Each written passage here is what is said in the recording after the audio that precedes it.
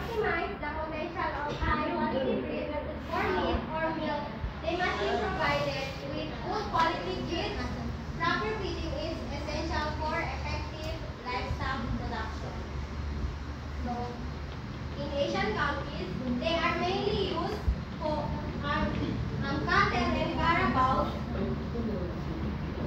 used for work and meat are often feed low quality feed, limiting their potential.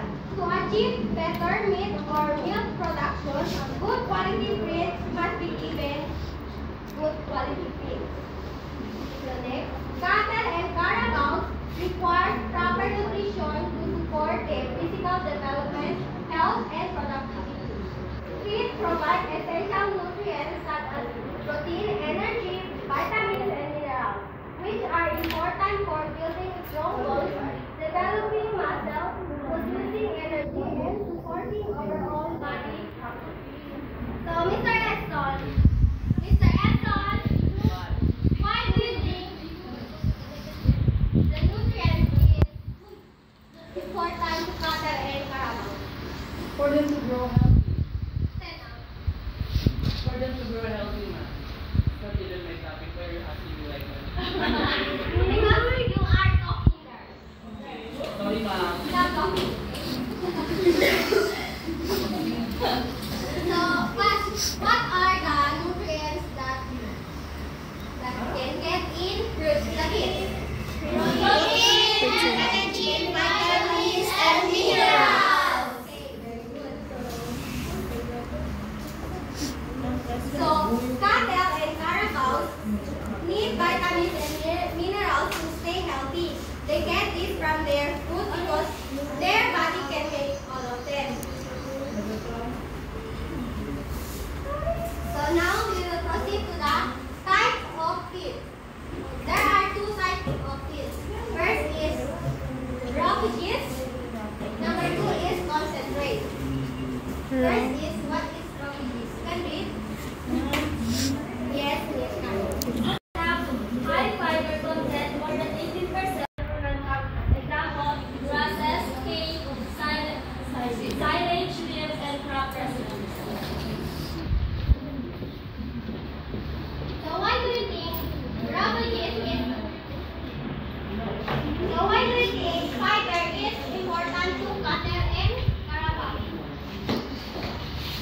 Anyone? Why do you think fiber are important to cattle and carabaos? Yes, Miss Ira?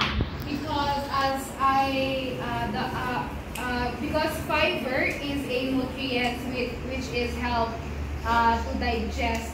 Yung fiber is yung pinaka-main reason niya is for the cow na mag-digest ng maayos. Okay, very good. So, correct. So, fiber is important for cattle and carabaos to support healthy digestion, help rumen microbes, prevent digestive problems, improve overall health. Concentrate. Who can read? Concentrates are feeds that are low in fiber, less than 80%, but high in energy or protein. Helps boost growth,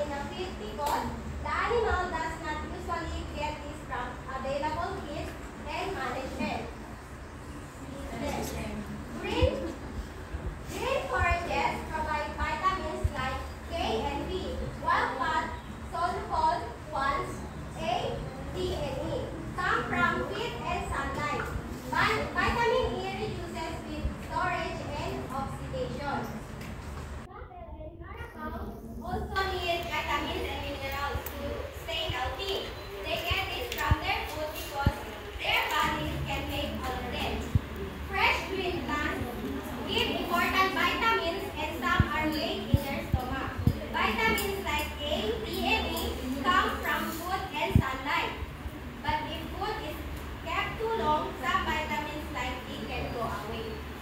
So that's all for us. Do you have any questions, clarification, comments? None? So I have questions.